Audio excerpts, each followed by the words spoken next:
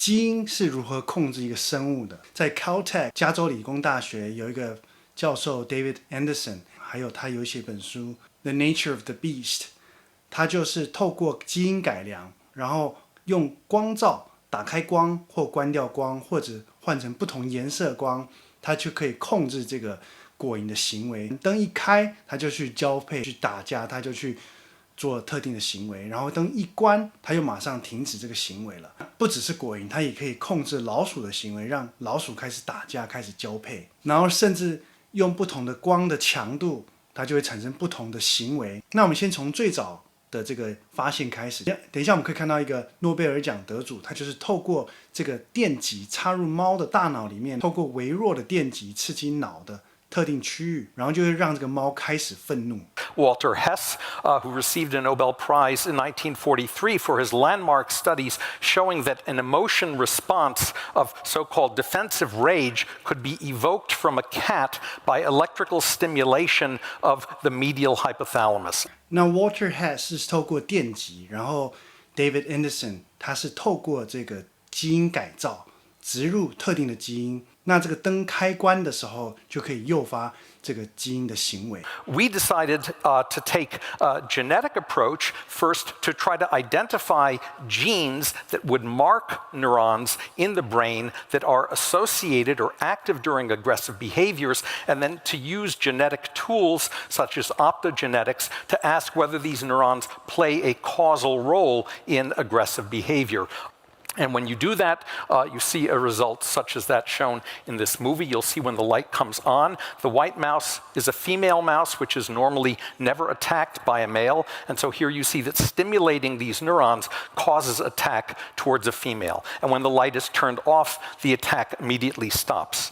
Now, this isn't because the stimulation is making the male mouse think that the white mouse is a male instead of a female, because we can stimulate these neurons and even trigger attack against an inanimate object, in this case an inflated rubber glove.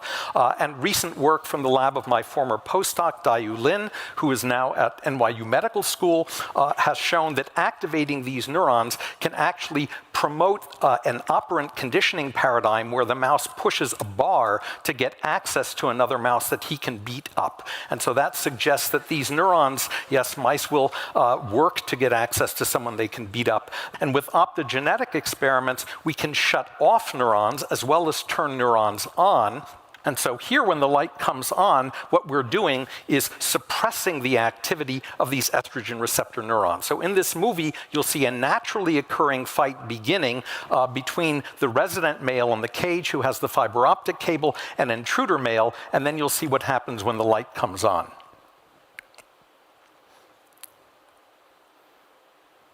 So you can see that inactivating these neurons can stop an ongoing fight in the middle of its progression, indicating that ongoing activity in these neurons is necessary for the performance of attack behavior. In some sense, this is a potentially artifactual phenotype because we're artificially manipulating the neurons, but by understanding the cellular mechanism underlying the phenotype, we may gain insight into the natural circuit-level processes that control these behaviors. For those of you who have never seen fruit flies fight, you haven't been looking at your bananas closely enough, you see this snapping motion where one animal snaps down on the other. It doesn't look like much at 30 frames per second, but in this movie from Martin Heisenberg, at 5,000 frames per second, you can see what a lunge looks like, and there are some spectacular but rare examples that Heisenberg's group captured as well. So we're not supposed to anthropomorphize our organisms, but if this is not suggestive of malevolent intent in flies, I don't know what else I could show you that might be. Now, we can't stick electrodes into a fly's brain or even fiber optic cables because it's too small. So we can take apart flies' brains genetically, and we can do that because there are libraries of thousands of different strains of fruit flies, in each of which a specific subpopulation of neurons is reproducibly genetically labeled.